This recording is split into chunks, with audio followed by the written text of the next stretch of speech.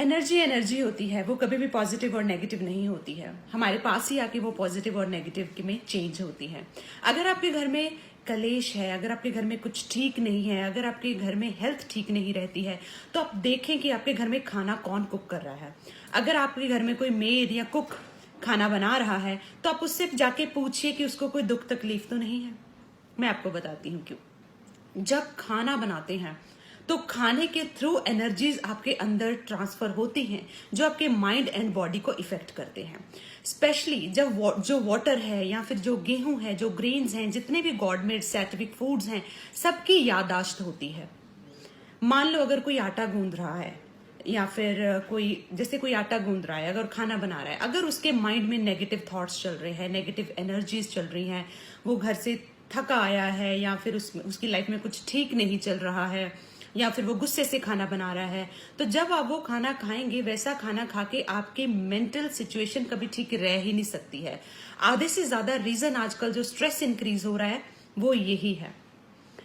एक एग्जांपल देती हूँ आपको। अमृतसर में श्री दरबार साहिब में जो सरोवर है, वहां पे जो पानी है उसको अमृत बोला जाता है। क्यों है वो अमृत? क्योंकि 24 आवर्स उसके आसपास जो है वो गुरबानी, शब्द, 24 आवर्स भगवान का नाम, निरंकार का नाम लिया जाता है। तो वो पानी में समाता है वैसी एनर्जी, तो वो पानी पानी नहीं रहता, अमृत बन जाता है। तो वैसे ही अगर आप अपना खाना जब भी कुक करें, जब भी आप अपना खाना बनाते हैं, तो अगर आप पॉजिटिविटी से बनाएं तो आपकी हेल्थ और सब कुछ बहुत ठीक रह सकता है। स्पेशली आटा गूंदते टाइम आपकी जो आप पाठ कर सकते हैं या सिमरन कर सकते हैं या भगवान का नाम ले सकते हैं, या एक अच्छी एनर्जी के साथ बना सकते हैं कि आप अपनी फैमिली की हेल्थ के लिए और अपनी हेल्थ के लिए बना रहे हैं।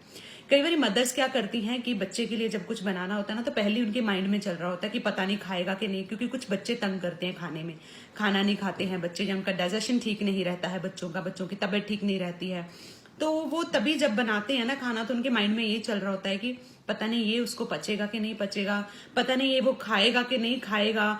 तो वो अगर आप नेगेटिव थॉट्स पहले ही अपने माइंड में लेके आएंगे ना, तो बच्चे ने अगर खाना होगा तो वो फिर भी नहीं खाएगा। तो इट्स वेरी इंपॉर्टेंट कि आप अपनी जो एनर्जीज हैं उसको पॉजिटिव रखें।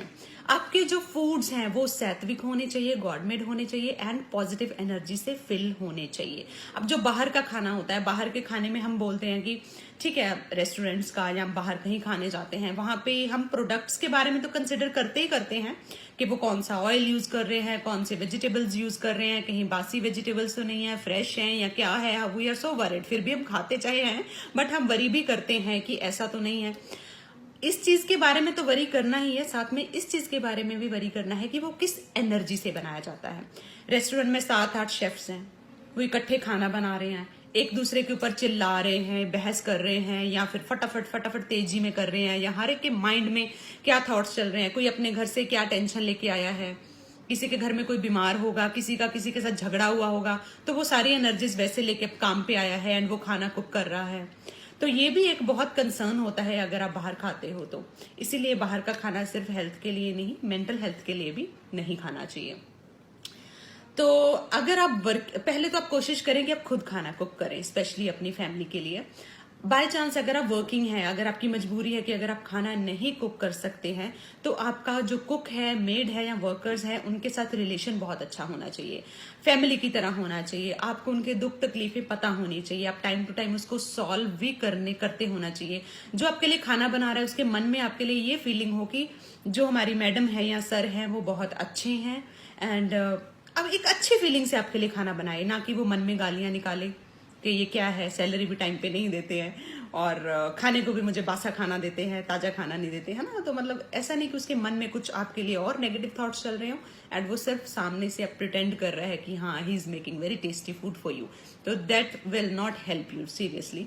या फिर आप एक और चीज कर सकते हैं, अगर ये भी पॉसिबल नहीं है तो आप खाने को री एनर्जाइज कर सकते हैं।